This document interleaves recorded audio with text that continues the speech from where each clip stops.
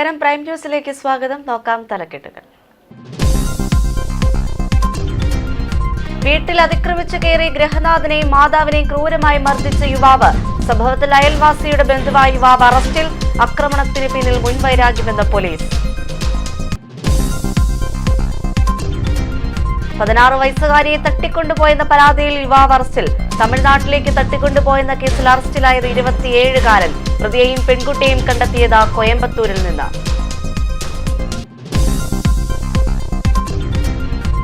തെരുവ് നായപ്പേടിയിൽ വെള്ളൂർ പഞ്ചായത്ത് കൃഷിഭവൻ. ആളുകൾക്ക് നേരെ നായ്ക്കൾ പാഞ്ഞെടുക്കുന്നുവെന്നും പരാതി. റെയിൽവേ മേൽപ്പാലത്തിലെ സ്ഥിതിയും മോശമല്ലെന്ന് നാട്ടുകാർ.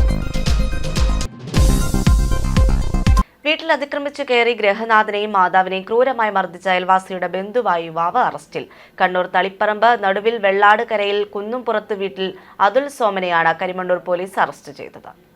അയൽവാസികൾ തമ്മിലുണ്ടായ വഴക്കിനെ തുടർന്ന് ഗൃഹനാഥനെയും മാതാവിനെയും ക്രൂരമായി മർദ്ദിച്ച സംഭവത്തിലാണ് യുവാവ് അറസ്റ്റിലായത്. കരിമണ്ണൂർ പാഴൂക്കര പുളിക്കൽ മനുപ്രസാദിനും മാതാവ് രാധാമണിക്കുമാണ് മർദ്ദനമേറ്റത്.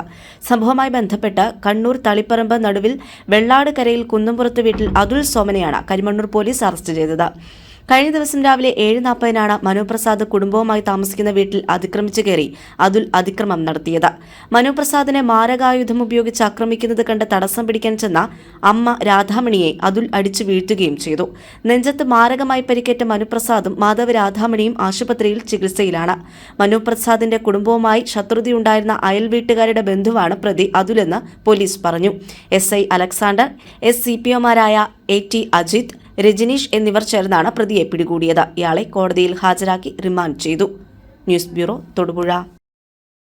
പ്രണയം നടിച്ച 16 വയസ്സുള്ള പെൺകുട്ടിയെ തമിഴ്നാട്ടിലേക്ക് തട്ടിക്കൊണ്ടുപോയെന്ന കേസിൽ യുവാവ് അറസ്റ്റിൽ. കുമളി വെള്ളാരംകുന്ന് വണ്ണാൻപാലം ഭാഗത്ത് കണ്ണിമാർ ചോല വീട്ടിൽ K സതീഷ് കുമാറിനെയാണ് കരിമണ്ണൂർ പോലീസ് അറസ്റ്റ് ചെയ്തത്. തൊടുപുഴയിൽ +1 പഠിക്കുന്ന പെൺകുട്ടി ഇക്കഴിഞ്ഞ 28-നാണ് പ്രതിയുടെ ഓട്ടോറിക്ഷയിൽ തമിഴ്നാട്ടിലേക്ക് കൊണ്ടുപോയത്. വീട്ടുകാരുടെ പരാതിയുടെ അടിസ്ഥാനത്തിൽ പോലീസ് നടത്തിയ അന്വേഷണത്തിൽ പ്രതിയെയും പെൺകുട്ടിയെയും കോയമ്പത്തൂരിൽ നിന്നും കണ്ടെത്തുകയായിരുന്നു. തുടർന്ന് കരിമണ്ണൂരിൽ എത്തിച്ച പെൺകുട്ടിയെ മാതാപിതാക്കളോടൊപ്പം വിട്ടയച്ചു. നേരത്തെ കുമളിയിൽ പഠിച്ചിരുന്ന പെൺകുട്ടിയെ പ്രതിക്ക് മുൻപരിചയമുണ്ടായിരുന്നു. അവിടെ വച്ചുള്ള പരിചയപ്രകാരമാണ് പ്രതി തൊടുപുഴയിലെത്തി പെൺകുട്ടിയെയും കൂട്ടി തമിഴ്നാട്ടിലേക്ക് പോയത്. SHO VC വിഷ്ണുകുമാറിന്റെ മേൽനോട്ടത്തിൽ SI ബിജു ജേക്കബ്, ASIമാരായ KP അനിൽ, അൻസാർ, CPO അഞ്ജു എന്നിവരാണ് കോയമ്പത്തൂരിൽ നിന്ന് ഇരുവരെയും കണ്ടെത്തിയത്. പോക്സോ നിയമപ്രകാരം അറസ്റ്റിലായ പ്രതിയെ കോടതിയിൽ ഹാജരാക്കി റിമാൻഡ് ചെയ്തു. News bureau, Thodupuzha. വെള്ളൂരിൽ തെരുവ് നായ്ക്കളുടെ ശല്യം രൂക്ഷമാകുന്നതായി വ്യാപാരികൾ. വെള്ളൂർ പഞ്ചായത്തിന് സമീപമുള്ള കൃഷി ഓഫീസിന് മുൻപിലും സമീപമുള്ള കുടുംബശ്രീയുടെ വനിതാ ഹോട്ടലിന് പരിസരത്തും സദാസമയം കൂട്ടത്തോടെ തെരുവ് നായ്ക്കളുണ്ട്. കൃഷി ഓഫീസിലേക്ക് വരുന്ന ആളുകളുടെ നേരെ പാഞ്ഞെടുക്കുകയാണ് നായ്ക്കൾ. ഒരു നായയുടെ വായിൽ നിന്നും നുരയും പതയും വരുന്നതായും കാണാം. റെയിൽവേ മേൽപ്പാലത്തിനും സ്ഥിതി ഒട്ടും മോശമല്ല. രാത്രികാലങ്ങളിലെ ട്രെയിൻ യാത്രക്കാർ മേൽപ്പാലത്തിലൂടെ കയറി വരുമ്പോൾ വെളിച്ചക്കുറവ് മൂലം 10ഓളം നായ്ക്കൾ കിടക്കുന്നത് കാണാൻ സാധിക്കില്ല എന്നും തലനാരി ഇഴയ്ക്കാണ് യാത്രക്കാർ രക്ഷപ്പെടുന്നത്.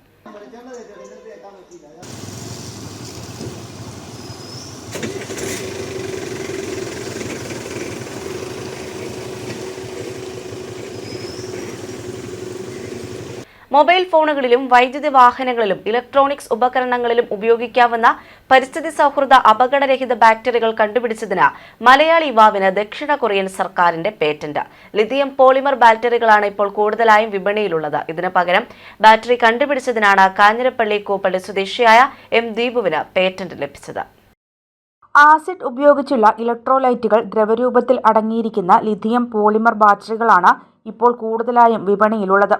ഇതിനു പകരം പൂർണ്ണമായും വെള്ളത്തിൽ നിന്ന് വിഘടിപ്പിച്ച് എടുക്കുന്ന ഖരരൂപത്തിലുള്ള ഇലക്ട്രോലൈറ്റുകൾ ലിഥിയവുമായി യോജിപ്പിച്ച് നിർമ്മിക്കുന്ന ബാറ്ററി കണ്ടുപിടിച്ചതിനാണ് കാഞ്ഞിരപ്പള്ളി കൂവപ്പള്ളി സ്വദേശിയായ M ദീപുവിന് പേറ്റന്റ് ലഭിച്ചത്. ലിഥിയം പോളിമർ ബാറ്ററികൾ ചൂട് കൂടുമ്പോൾ ചിലപ്പോൾ പൊട്ടിത്തെറിക്കാറുണ്ട്.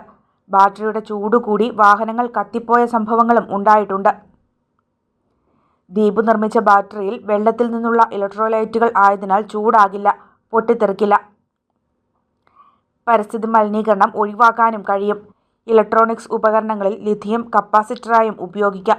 മറ്റ് ബാറ്ററികൾ പോലെ പുനരുപയോഗിക്കാമെന്നും നിർമ്മാണ ചെലവും താരതമ്യേന കുറവാണെന്നും ദീപു അവകാശപ്പെടുന്നു. എൻ്റെ പേര് ദീപു M. ഞാനിപ്പോൾ സൗത്ത് കൊറിയയിലെ ക്യുംബുക് നാഷണൽ യൂണിവേഴ്സിറ്റിയിലെ കെമിക്കൽ എഞ്ചിനീയറിംഗിൽ PhD ചെയ്യുകയാണ്. റീസെൻ്റ്ലി എനിക്ക് സോളിഡ് സ്റ്റേറ്റ് ഇലക്ട്രോലൈറ്റ്സ് എന്ന് പറയുന്ന ഒരു ഇലക്ട്രോലൈറ്റ് ഡെവലപ്പ് ചെയ്തതിൽ എനിക്ക് കൊറിയൻ ഗവൺമെൻറ്റിൻ്റെ പേറ്റൻറ്റ് ലഭിക്കുകയുണ്ടായി. അപ്പം ഈ ഒരു സോളിഡ് സ്റ്റേറ്റ് ഇലക്ട്രോലൈറ്റിൻ്റെ പ്രത്യേകത എന്തെന്ന് വെച്ച് കഴിഞ്ഞാൽ, സാധാരണമായിട്ട് നമ്മളിപ്പോൾ ലിഥിയം പോളിമർ ബാറ്ററിയിലാണെങ്കിലും ലിഥിയം അയൺ ബാറ്ററീസിലൊക്കെ ആണെങ്കിലും ഇലക്ട്രോലൈറ്റ്സ് ഉപയോഗിക്കും. ഇതെല്ലാം ഓർഗാനിക് സോൾവൻസ് ബേസ്ഡ് ആയിട്ടുള്ളതാണ്. അപ്പോൾ അത് നമ്മുടെ പ്രകൃതിക്ക് ഒട്ടും തന്നെ നല്ലതല്ല. പക്ഷേ ബാറ്ററിക്ക് പെർഫോമൻസ് ഉണ്ട്. അപ്പം നമ്മുടെ മുമ്പിലെ ചലഞ്ച് എന്ന് പറയുന്നത് ഈ പറയുന്ന ഓർഗാനിക് ഇലക്ട്രോലൈറ്റ്സ് യൂസ് ചെയ്യാതെ തന്നെ പ്രകൃതിയിൽ എക്കോ ഫ്രണ്ട്ലി ആയിട്ടുള്ള അതുപോലെ തന്നെ നല്ല ഹൈ പെർഫോമൻസ് ആയിട്ടുള്ള ഒരു സോളിഡ് സ്റ്റേറ്റ് ഇലക്ട്രോലൈറ്റ്സ് ഡെവലപ്പ് ചെയ്യുക എന്നുള്ളതാണ്. അത് വലിയൊരു ചലഞ്ചായിരുന്നു ഞങ്ങളുടെ മുമ്പിൽ. എന്നാൽ ഞങ്ങൾ ഇതിനകത്ത് ഇനോർഗാനിക് ഫില്ലേഴ്സ് ഒക്കെ ആഡ് ചെയ്ത് അതുപോലെ തന്നെ ബ്രാഞ്ച്ഡ് പോളിമേഴ്സ് ഒക്കെ ആഡ് ചെയ്ത് ഇതിൻ്റെ പെർഫോമൻസ് കൂട്ടി. അതുപോലെ കംപ്ലീറ്റ്ലി വെള്ളത്തിൽ പ്രോസസ്സ് ചെയ്യാൻ പറ്റുന്ന ഒരു സോളിഡ് സ്റ്റേറ്റ് ഇലക്ട്രോലൈറ്റ്സ് ആണ് ഇതിലുള്ളത്. അതായത് ഈ ഇലക്ട്രോലൈറ്റ്സ് പ്രോസസ്സ് ചെയ്ത് കഴിയുമ്പോൾ ഒടുവിൽ വെള്ളമെല്ലാം ഡ്രൈ ചെയ്ത് കളഞ്ഞ് ഫുൾ ഹരാവസ്ഥയിൽ തന്നെയാണ് അതുകൊണ്ട് തന്നെ നമുക്ക് ഈ പറയുന്ന പോലെ ഓവർ ഹീറ്റ് ആയി കഴിഞ്ഞാൽ പൊട്ടിത്തെറിക്കുകയോ അല്ലെങ്കിൽ അങ്ങനത്തെ എന്തെങ്കിലും പ്രശ്നങ്ങൾ ഉണ്ടാകുമെന്നൊന്നും നമുക്ക് പേടി വേണ്ട. അപ്പം തികച്ചും മുഴുവനായിട്ടും വെള്ളത്തിൽ പ്രോസസ്സ് ചെയ്യാവുന്ന അതുപോലെ തന്നെ നോൺ ഹാലജനേറ്റഡ് ആയിട്ടുള്ള സോളിഡ് സ്റ്റേറ്റ് ഇലക്ട്രോലൈറ്റ്സ് തന്നെയാണ്. ഇതിന് നല്ല ഹൈ പെർഫോമൻസ് ആണ്, നല്ല കപ്പാസിറ്റി റിറ്റൻഷനും അതുപോലത്തെ എല്ലാ ടെക്നിക്കൽ പ്രോപ്പർട്ടീസും ഉള്ളതാണ്. തീർച്ചയായിട്ടും ദീപുവിൻ്റെ ആ നേട്ടത്തിൽ അഭിനന്ദിക്കാനായിട്ടാണ് ഇവിടെ എത്തിച്ചേർന്നത്. ദീപു കൊറിയയിലാണ്, സൗത്ത് കൊറിയയിലാണ്. യൂണിവേഴ്സിറ്റിയുടെ പേര് എനിക്കങ്ങ് വഴങ്ങുന്നില്ല. സൗത്ത് കൊറിയയിലെ യൂണിവേഴ്സിറ്റിയിലാണ് ഗവേഷണം നടത്തിക്കൊണ്ടിരിക്കുന്ന PhDക്ക് വേണ്ടി. എനർജി മാനേജ്മെൻറ്റിലാണ് അദ്ദേഹം PhD ചെയ്യുന്നത്. ആ PhD ചെയ്യുന്നതിൻ്റെ ഭാഗമായി നടത്തിയ ഗവേഷണ നിരീക്ഷണങ്ങളിൽ കണ്ട ചില ലക്ഷണങ്ങളിൽ നിന്നാണ് ഇങ്ങനൊരു ആശയം ദീപുവിൻ്റെ മനസ്സിൽ ഉരുത്തിരിഞ്ഞതെന്നാണ് പറഞ്ഞത്. അങ്ങനെ ഒരു ആശയം വന്നപ്പോൾ ആ ആശയം എങ്ങനെ പ്രായോഗികവൽക്കരിക്കാം എന്നുള്ള ഒരു പോസിറ്റീവ് തിങ്കിങ് ആണ് ഇത്ര വലിയ ഒരു നേട്ടത്തിലേക്കും അത് കൊറിയൻ ഗവൺമെൻറ്റിൻ്റെ പേറ്റൻറ്റ് ലഭിച്ചതോടുകൂടി വേൾഡ് വൈഡായിട്ട് ആ ബാറ്ററികളിലെ ആ കണ്ടൻറ്റ് മാറ്റത്തിന് ഉള്ള ആ ഒരു ആധികാരികത ദീപുവിന് സ്വന്തമായിരിക്കുകയാണ്. Professor M. ക്യൂം കിമാണ് ഗൈഡ്. CMS കോളേജിൽ നിന്ന് MSc വിജയിച്ച ദീപു സൗത്ത് കൊറിയയിലെ ക്യുങ്ബുക് നാഷണൽ യൂണിവേഴ്സിറ്റി ഗവേഷണ വിദ്യാർത്ഥിയാണ്. കൂവപ്പള്ളി ഉഷത് ഭവനിൽ A. മുരുകദാസ്, T. ദീപ ദമ്പതികളുടെ മകനാണ്. ഭാര്യ ആർദ്ര. News bureau, Kanjirappally. കോട്ടയം ജില്ലാ ടൂറിസം പ്രൊമോഷൻ കൗൺസിലിന്റെ കൊരട്ടിയിലുള്ള ശബരിമല പിൽഗ്രിം അമ്യൂണിറ്റി സെന്ററിന്റെ നവീകരണത്തിനും പുതിയ സംവിധാനങ്ങൾ ഒരുക്കുന്നതിനായും ടൂറിസം വകുപ്പ് തുക അനുവദിച്ചതായി സെബാസ്റ്റ്യൻ കുളുത്തുങ്കൽ MLA അറിയിച്ചു. നടപടിക്രമങ്ങൾ പൂർത്തീകരിച്ച എത്രയും വേഗം നിർമ്മാണ പ്രവർത്തനങ്ങൾ ആരംഭിക്കാനാണ് ശ്രമമെന്നും MLA. 4.5 ഏക്കർ സ്ഥലത്ത് നിലവിൽ 5 കെട്ടിടങ്ങളും 80 ശുചിമുറി സൗകര്യങ്ങളുള്ള ടോയ്ലറ്റ് കോംപ്ലക്സുകളും ഉൾപ്പെടെ തീർത്ഥാടകർക്ക് സൗകര്യം ഒരുക്കിയിട്ടുണ്ട്. എന്നാൽ ഇവയിൽ പലതും ഇപ്പോൾ ഉപയോഗയോഗ്യമല്ല. കഴിഞ്ഞ വർഷം 1 കോടി രൂപ അനുവദിച്ച് റോഡ് കോൺക്രീറ്റിംഗും കെട്ടിടങ്ങളുടെ അറ്റകുറ്റപ്പണികളും നടത്തിയിരുന്നു. അവശേഷിക്കുന്ന നവീകരണ പ്രവർത്തനങ്ങൾ ഉൾപ്പെടെ പൂർത്തിയാക്കാനാണ് ഇപ്പോൾ 1.65 കോടി രൂപ അനുവദിച്ചിരിക്കുന്നത്. ഞാൻ MLA ആയതിനു ശേഷം കഴിഞ്ഞ വർഷം 1 കോടി രൂപ അനുവദിപ്പിച്ച് അതിൻ്റെ പ്രാഥമിക പ്രവർത്തനങ്ങൾ അങ്ങോട്ടേക്കുള്ള റോഡ് കോൺക്രീറ്റ് ചെയ്ത് ഗതാഗതയോഗ്യമാക്കി ഒരു കെട്ടിടം ഏറ്റവും നല്ല നിലയിൽ റിനോവേറ്റ് ചെയ്ത് ഉപയോഗിക്കാവുന്ന വിധത്തിൽ ഗസ്റ്റ് ഹൗസ് ആക്കി മാറ്റി അതുപോലെ തന്നെ അത്യാവശ്യം അറ്റകുറ്റപ്പണികളൊക്കെ നടത്തിയിരുന്നു. ഇപ്പോൾ വീണ്ടും 1,65,00,000 രൂപ കൂടി അനുവദിച്ച് അവിടെ 80ഓളം ടോയ്ലറ്റ് ബ്ലോക്കുകളുണ്ട്. അത് ആ ശുചിമുറികൾ ഉപയോഗിക്കാൻ കഴിയുമായിരുന്നില്ല. അത് ഉപയോഗക്ഷമമാക്കുന്നതിന് അതുപോലെ തന്നെ ഒരു ആർച്ചും ഗേറ്റും സ്ഥാപിക്കുന്നതിന് ഒരു പൂന്തോട്ടം സ്ഥാപിക്കുന്നതിന് ഒപ്പം മറ്റെല്ലാ കെട്ടിടങ്ങളും അറ്റകുറ്റപ്പണി നടത്തി പുനരുദ്ധരിക്കുന്നതിന് ഇതിനുവേണ്ടിയാണ് 1,65,00,000 രൂപ അനുവദിച്ചിട്ടുള്ളത്.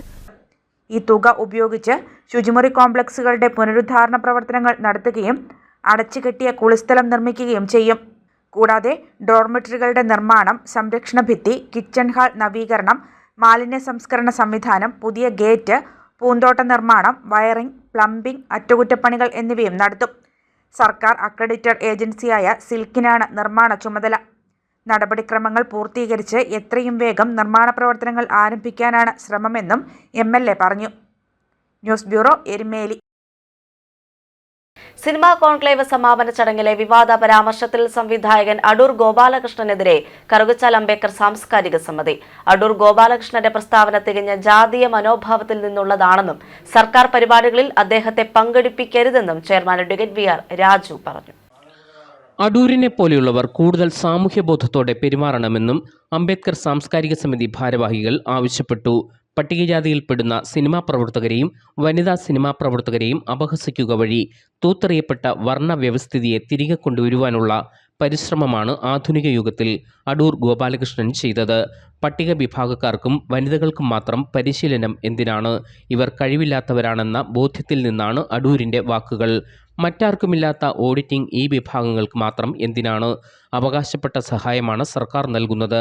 അത് ദയാവായ്പാണെന്ന മാനസിക നില മാറണമെന്നും ഭാരവാഹികൾ പറഞ്ഞു. ദളിത് സ്ത്രീവിരുദ്ധ പരാമർശം നടത്തുകയും അത് പിൻവലിക്കാതെ ന്യായീകരിക്കുകയും ചെയ്യുന്ന അടൂർ ഗോപാലകൃഷ്ണന്റെ ധാർഷ്ട്യം കേരള സമൂഹം അംഗീകരിക്കില്ലെന്ന് അംബേദ്കർ സാംസ്കാരിക സമിതി ചെയർമാൻ അഡ്വക്കേറ്റ് VR രാജു പറഞ്ഞു.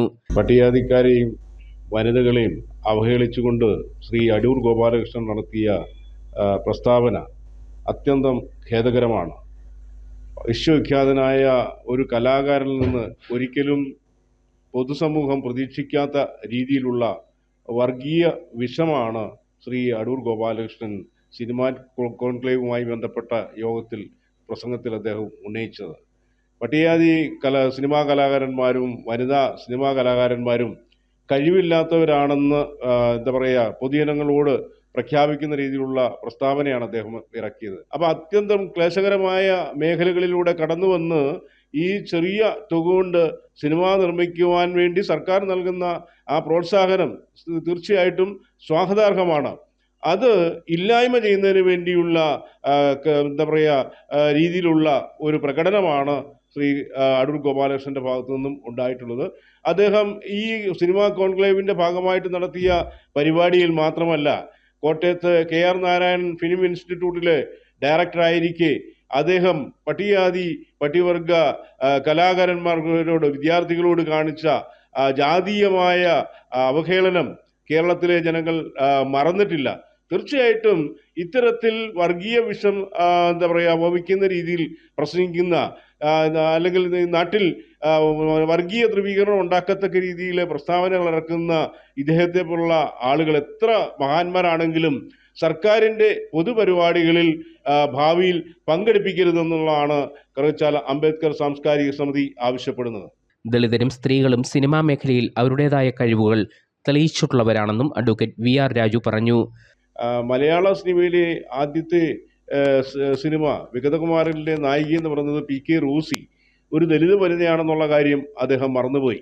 കാരണം മറ്റുള്ള സവർണരായിട്ടുള്ള മറ്റു വിഭാഗത്തിലുള്ള ആളുകൾ പോലും വനിതകളോ അല്ലെങ്കിൽ മറ്റുള്ളവരൊന്നും ഈ സിനിമാ മേഖലയിൽ കടന്നു വരാൻ തൻ്റെ ഇടം കാണിക്കാതിരുന്ന കാലഘട്ടത്തിൽ വളരെ ശക്തമായ ഒരു കഥാപാത്രമായിട്ട് വന്ന റോസിയെ അടൂർ ഗോപാലകൃഷ്ണൻ മറന്നിരിക്കുകയാണ്. അതേപോലെ തന്നെ പ്രത്യേക പരിശീലനങ്ങളൊന്നും തന്നെ ഇല്ലാതെ വളരെ നല്ല സിനിമകൾ എടുത്ത ലോകോത്തര നിലവാരമുള്ള സിനിമകൾ എടുത്ത ഡോക്ടർ ബിജുവിനെ പല പ്രാവശ്യം ഈ അടൂര് പരിഹസിക്കുകയും അവഹേളിക്കുകയും ചെയ്തിട്ടുണ്ട്. തീർച്ചയായിട്ടും ഈ അടൂർ ഗോപാലകൃഷ്ണൻ വിശ്വവിഖ്യാതനായ ഒരു കലാകാരനാണെങ്കിലും ഒരു കലാകാരനിൽ നിന്ന് ലോകം പ്രതീക്ഷിക്കുന്ന രീതിയിലുള്ള സാമൂഹ്യ നന്മയോ അല്ല അത് സമത്വമായിട്ടുള്ള ചിന്തകളോ അല്ല അദ്ദേഹം പ്രകടിപ്പിക്കുന്നത്. അദ്ദേഹത്തിൻ്റെ ഉള്ളിൽ അദ്ദേഹം എന്നും ഒരു ദലിത് വിരുദ്ധ നിലപാടും അതുപോലെ സ്ത്രീ വിരുദ്ധ നിലപാടും അദ്ദേഹം സ്വീകരിക്കുന്നുണ്ടെന്ന് നമുക്കറിയാം. പുഷ്പവതി എന്ന് പറയുന്ന കലാകാരിയെ ഗായികയെ പരസ്യമായിട്ട് അവഹേളിക്കുവാൻ അദ്ദേഹം തയ്യാറായി. അതോടൊപ്പം തന്നെ പല രാഷ്ട്രീയ പ്രമുഖരായിട്ടുള്ള ആളുകളും ശ്രീകുമാരൻ തമ്പി ഉൾപ്പെടെയുള്ള ആളുകളും അടൂരിന് പിന്തുണ പ്രഖ്യാപിച്ചുകൊണ്ട് വന്നിരിക്കുകയാണ്. അതെന്തുകൊണ്ടാണെന്ന് മനസ്സിലാവുന്നില്ല. ഇവരുടെയൊക്കെ ഉള്ളിൽ ഇവർ സൂക്ഷിക്കുന്ന ദലിത് വിരുദ്ധ നിലപാട് തീർച്ചയായിട്ടും കലാകേരളത്തിന് അപമാനമാണ് എന്നാണ് പറയാൻ ആഗ്രഹിക്കുന്നത്. അംബേദ്കർ സാംസ്കാരിക സമിതി vice chairman NK Ashokan, secretary TJ Thankappan, treasurer MG Raju, VG Mani, Saji Nethaloor എന്നിവരും പ്രതിഷേധയോഗത്തിൽ പങ്കെടുത്തു. News bureau, Changanassery. Pala PWD റോഡിൽ മംഗലത്ത് താഴം കവലയ്ക്ക് സമീപം കലുങ്ക് പൊളിഞ്ഞ അപകടാവസ്ഥയിലായ സംഭവത്തിൽ പ്രതിഷേധവുമായി കോൺഗ്രസ് കൂത്താട്ടുകുളം മണ്ഡലം കമ്മിറ്റി. 1.4 കോടി മുടക്കി BMPC നിലവാരത്തിൽ ടാർ ചെയ്ത റോഡും കലുങ്കും തകർന്നതിനെ തുടർന്ന് നിർമ്മാണത്തിലെ അഴിമതി അന്വേഷിക്കുക എന്നാവശ്യപ്പെട്ടാണ് കോൺഗ്രസ് സമരം സംഘടിപ്പിച്ചത്. അനേകം ടൂറിസ്റ്റുകൾ ഉൾപ്പെടെ ഭാരവാഹനങ്ങൾ കടന്നുപോകുന്നതും ശബരിമല തീർത്ഥാടകർ നിരന്തരം യാത്ര ചെയ്യുന്നതും പുനലൂർ നെടുമ്പാശ്ശേരി ഹൈവേയിലുമാണ് കലുങ്ക്. രാമപുരം കവലയിൽ നിന്നും 50 മീറ്റർ മാറി 10 മീറ്റർ നീളത്തിലും മാരുതി ജംഗ്ഷനിൽ 30 മീറ്റർ നീളത്തിലും തുടർന്ന് അവിടെയിവിടെയായി റോഡിന്റെ പ്രതലം ഒലിച്ചുമാറി തിട്ടയായി രൂപാന്തരം പ്രാപിച്ച് അപകടാവസ്ഥയിലാണ്. മണ്ഡലം Congress committee president Reji John അധ്യക്ഷത വഹിച്ച യോഗത്തിൽ Piravom block Congress president PC Jose ഉദ്ഘാടനം നിർവഹിച്ചു. കഴിഞ്ഞ 1.5 വർഷം പോലുമായിട്ടുള്ള ഈ റോഡ് 1.25 കോടി രൂപ മുടക്കി ഇത് BMBC നിലവാരത്തിൽ ടാർ ചെയ്തിട്ട് ആ റോഡിൻ്റെ ശോചനീയാവസ്ഥ നമുക്കറിയാം. കഴിഞ്ഞ 1.5 വർഷക്കാലമായി ഇത് ഉദ്ഘാടനം ചെയ്ത് 10-15 ദിവസം കഴിഞ്ഞപ്പോൾ തന്നെ ഈ റോഡിൻ്റെ ശോചനീയാവസ്ഥയും ഈ റോഡിൻ്റെ നിർമ്മാണത്തിലുള്ള അപാകതയും ചൂണ്ടിക്കാട്ടിക്കൊണ്ട് നഗരസഭയുടെ കൗൺസിലർമാർ, ഇന്ത്യൻ നാഷണൽ കോൺഗ്രസിൻ്റെ നേതാക്കന്മാർ ബന്ധപ്പെട്ട ഉദ്യോഗസ്ഥന്മാരുടെ മുമ്പിൽ പരാതിയായിട്ട് കൊടുക്കുകയും ആ പരാതിക്ക് വേണ്ട പരിഹാരം കാണാതെ അശാസ്ത്രീയമായിട്ടുള്ള റോഡ് നിർമ്മാണത്തിൻ്റെ ഭാഗമായിട്ടാണ് ഈ റോഡിൻ്റെ ഉപരിതലം മുഴുവൻ ഇളകിപ്പോകുന്ന ഒരവസ്ഥ ഈ കഴിഞ്ഞ 1.5 വർഷക്കാലമായി നടന്നുകൊണ്ടിരിക്കുന്നത്. ഇതിൻ്റെ അകത്ത് അഴിമതിക്കുപരി അഴിമതി നടന്നിട്ടില്ല എന്നല്ല, അഴിമതി നടന്നിട്ടുണ്ട്. ശാസ്ത്രീയമായി ചെയ്യേണ്ട കാര്യങ്ങളൊന്നും ചെയ്യാതെ റോഡ് പണി പൂർത്തീകരിച്ചതിൻ്റെ പരിണത ഫലമാണ്. അതും പ്രത്യേകിച്ച് നമ്മുടെ റീലെടുക്കുന്ന മന്ത്രിക്ക് എങ്ങനെയെങ്കിലും പണി തീർത്ത് ഫോട്ടോ എടുക്കുക, ഉദ്ഘാടനം നടത്തുക, റീലെടുക്കുക. ഇതാണ് നമ്മുടെ കേരളത്തിലെ ഈ റോഡെന്നല്ല ഈ കേരളത്തിലെ സർവ്വ റോഡുകളുടെയും അവസ്ഥ. Principal John, Thankachan CA, PC Bhaskaran, Baby Thomas, Boban Varghese, Sibi Kottaram, John Abraham, Saji Paniyarampilly, Shaji KC, Jomy Mathew, Jijo T Baby, Amal Jacob Mohan തുടങ്ങിയവർ പങ്കെടുത്തു. കഴിഞ്ഞ 1.5 വർഷക്കാലം മുമ്പ് നടന്നപ്പോൾ ആ പ്രവർത്തനം നടക്കുന്നതിനിടയിൽ തന്നെ ഒരു 10ഓളം സമരങ്ങൾ ഈ 1.5 കിലോമീറ്റർ ഭാഗത്തുണ്ടായിട്ടുണ്ട്. പല പ്രാവശ്യം ഞാനും ബോബനും തങ്കച്ചനും അടക്കമുള്ള കൗൺസിലർമാർ അതിൻ്റെ പ്രവൃത്തികളിലെ വീഴ്ചകൾ ചൂണ്ടിക്കാട്ടാൻ പണി തടസ്സപ്പെടുത്തിക്കൊണ്ട് അധികാരികളെ വിളിച്ചു വരുത്തിക്കൊണ്ട് കൃത്യമായി അത് ചൂണ്ടിക്കാണിച്ചിട്ടുണ്ട്. എങ്കിലും ഈ റോഡിൻ്റെ ഇരുവശങ്ങളിലും പെടുന്ന കൗൺസിലർമാരിൽ LDFിൻ്റെ കൗൺസിലർമാർ മാത്രം ഒരിക്കലും ഈ റോഡിൻ്റെ നിർമ്മാണത്തിലെ വീഴ്ചകൾ ചൂണ്ടിക്കാണിച്ച ജനങ്ങളോടൊപ്പം നിന്നിട്ടില്ല എന്നുള്ളത് ഏറെ ഖേദകരമാണ്. നമ്മൾ ഈ ദിവസങ്ങൾ കാണുന്നത് വണ്ടി പോലും കൂടുതൽ പോകാത്ത ഭാഗമാണ് നടുഭാഗം. ആ നടുഭാഗത്ത് കാണുന്നത് കമ്പി 12 mm, ഇവിടെ 1.5 മീറ്റർ സ്പാനുള്ള ഈ കലുകിന് അവരുടെ പഴയ ഓഫീസ് ഓർഡർ അനുസരിച്ചാണെന്നുണ്ടെങ്കിൽ 12 mm കമ്പി ഉപയോഗിക്കണം.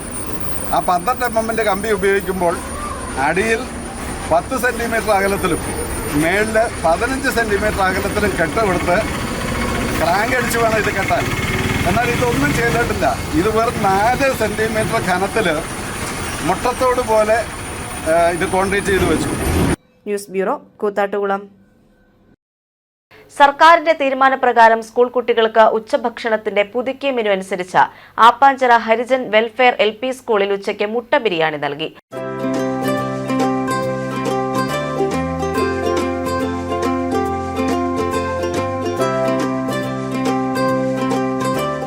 ഗ്രാമപഞ്ചായത്ത് മെമ്പർ ജെസി കുര്യൻ ഉദ്ഘാടനം നിർവഹിച്ചു. നമ്മുടെ സർക്കാരിന്റെ പുതിയ സ്കൂളുകളിലെ മെനു പ്രകാരം, പുതുക്കിയ മെനു പ്രകാരം ഗവൺമെൻറ് ഹരിജൻ വെൽഫെയർ സ്കൂൾ ആപ്പാഞ്ചിറയിൽ ഇന്ന് പിള്ളേർക്ക് ബിരിയാണി ചലഞ്ചാണ്.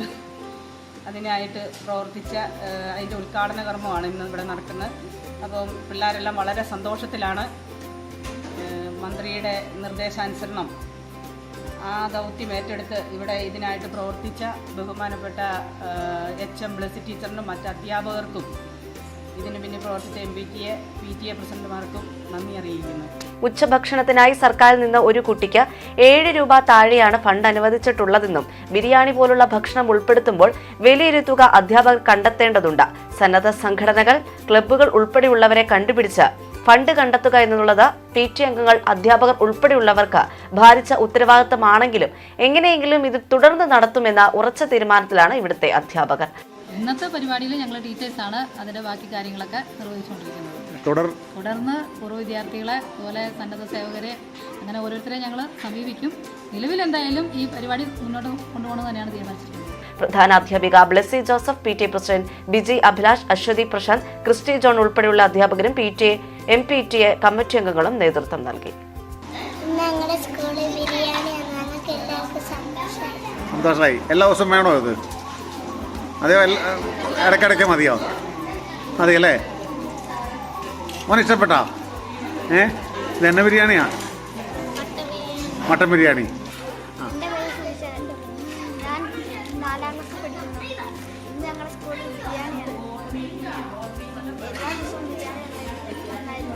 എല്ലാ ദിവസവും വേണം. സന്തോഷമാണോ? ഇന്ന് എന്ന ബിരിയാണി നടന്നത്? മുട്ട ബിരിയാണി.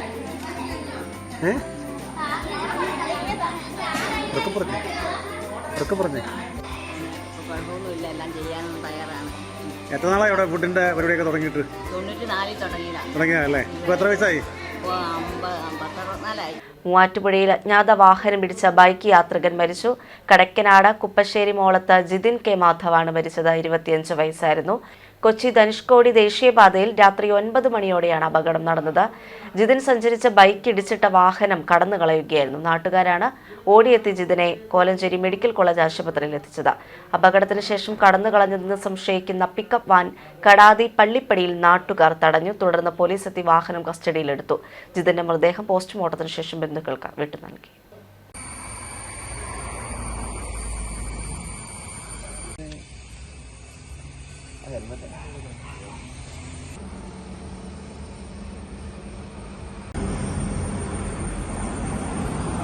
മൂവാറ്റുപുഴ തേനി റോഡിൽ കല്ലൂർക്കാട് കോട്ടക്കവലയിൽ പിക്കപ്പ് വാനിടിച്ച വിദ്യാർത്ഥിക്ക് ദാരുണാന്ത്യം. കോട്ടക്കവല കുഴികണ്ടത്തിൽ കാശിനാഥനാണ് മരിച്ചത്. 10 വയസ്സായിരുന്നു. ബുധനാഴ്ച വൈകിട്ട് 6:30 വീട്ടിൽ നിന്നും കടയിലേക്ക് പോകുന്നതിനിടെ റോഡിലേക്ക് ഇറങ്ങിയപ്പോൾ കല്ലൂർക്കാട് നിന്നും മൂവാറ്റുപുഴയ്ക്ക് പൈനാപ്പിൾ കയറ്റി പോവുകയായിരുന്ന പിക്കപ്പ് വാൻ കാശിനാഥനെ ഇടിക്കുകയായിരുന്നു. അപകടം കണ്ട് ഓടിക്കൂടിയ നാട്ടുകാർ വിദ്യാർത്ഥിയെ മൂവാറ്റുപുഴയിലെ സ്വകാര്യ ആശുപത്രിയിൽ എത്തിച്ചെങ്കിലും ജീവൻ രക്ഷിക്കാനായില്ല. കല്ലൂർക്കാട് പോലീസ് സ്ഥലത്തെത്തി നടപടി സ്വീകരിച്ചു.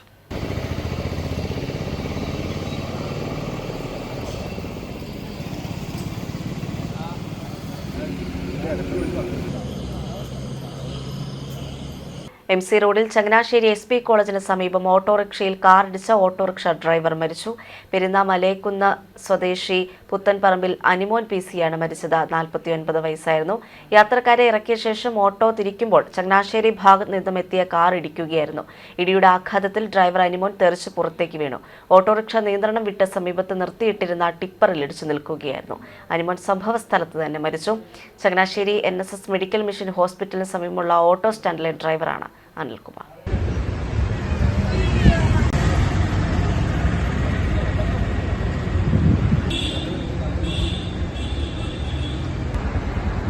പുന്നമടക്കായലിൽ ഈ മാസം 30-ന് നടക്കുന്ന നെഹ്റു ട്രോഫി ജലോത്സവത്തിലും തുടർന്നുള്ള ലീഗ് മത്സരങ്ങളിലും വിജയക്കൊടി പാറിക്കാൻ ചങ്ങനാശ്ശേരി ബോട്ട് ക്ലബ്ബ് സജ്ജമായതായി ഡയറക്ടർമാരായ father Sebastian Punnassery, father Jofy Puthuparambu, father Libin Thundukalam, captain Sunny Thomas Idimannickal എന്നിവർ വാർത്താസമ്മേളനത്തിൽ അറിയിച്ചു. 5 വിളക്കിന്റെ നാടായ ചങ്ങനാശ്ശേരിയുടെ പേര് ലോകം മുഴുവൻ എത്തിക്കുന്നതിനും മാനവികത വളർത്തുന്നതിനും പരമാവധി ജീവകാരുണ്യ പ്രവർത്തനങ്ങൾ നടപ്പിലാക്കുന്നതിനും ലക്ഷ്യമിട്ട് മീഡിയ വില്ലേജിന്റെ ആഭിമുഖ്യത്തിൽ വളർന്നു വരുന്ന കൂട്ടായ്മയ്ക്കാണ് ചങ്ങനാശ്ശേരി ബോട്ട് ക്ലബ്ബ് നേതൃത്വം നൽകുന്നതെന്ന് ഫാദർ ജോഫി പുതുപ്പറമ്പ് പറഞ്ഞു. 9, 10 തീയതികളിൽ സെലക്ഷൻ ട്രയൽ നടക്കും. 11 മുതൽ 14 വരെ തീയതികളിൽ പരിശീലനവും 14, 15 തീയതികളിൽ വള്ളംകളി പ്രൊഫഷണലുകളെ അണിനിരത്തിയുള്ള പരിശീലനവും നടക്കും. 15-ന് നടക്കുന്ന ട്രയൽ മത്സരത്തിന് ഉദ്ഘാടനം ജോബ് മൈക്കിൾ MLA നിർവഹിക്കും. അന്നേ ദിവസം തന്നെ CBC ബോർഡ് ഓഫ് ഡയറക്ടർമാരുടെ സാന്നിധ്യത്തിൽ ചുണ്ടൻ വെള്ളത്തിന്റെ വെഞ്ചരിപ്പ് നടക്കും. 23-ന് ഫാൻസ് അസോസിയേഷന്റെ നേതൃത്വത്തിൽ വിളംബര പ്രയാണവും നടത്തും. അതിന്റെ പ്രവർത്തനങ്ങളിൽ ലക്ഷ്യമായി വെച്ചിരിക്കുന്നത് ഒന്ന് ചങ്ങനാശ്ശേരിയുടെ പെരുമ എന്നുള്ളതാണ്. അതുകൊണ്ടാണ് ചങ്ങനാശ്ശേരി ബോട്ട് ക്ലബ്ബ് എന്ന പേര് ഇതിന് നൽകിയത്. ചങ്ങനാശ്ശേരിയുടെ കീർത്തി എല്ലാ ഇടങ്ങളിലും എത്തണം.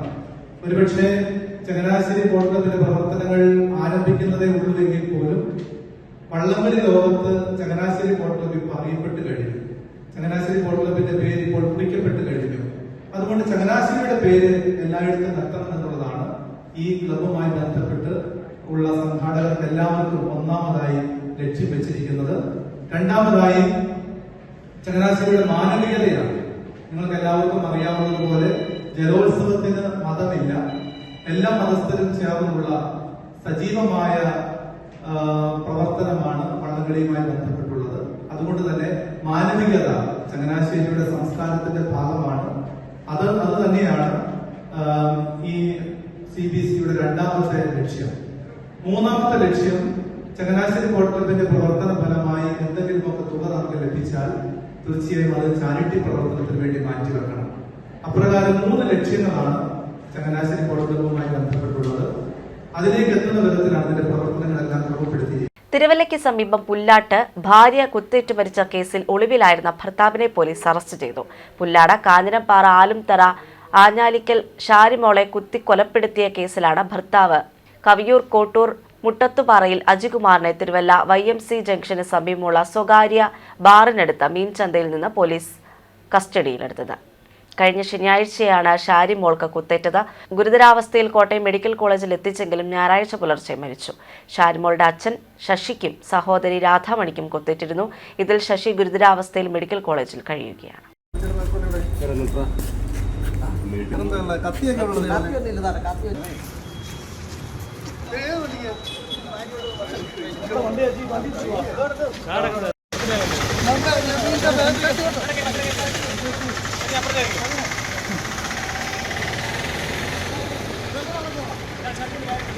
പ്രൈം ന്യൂസ് പൂർണ്ണമായി. നമസ്കാരം.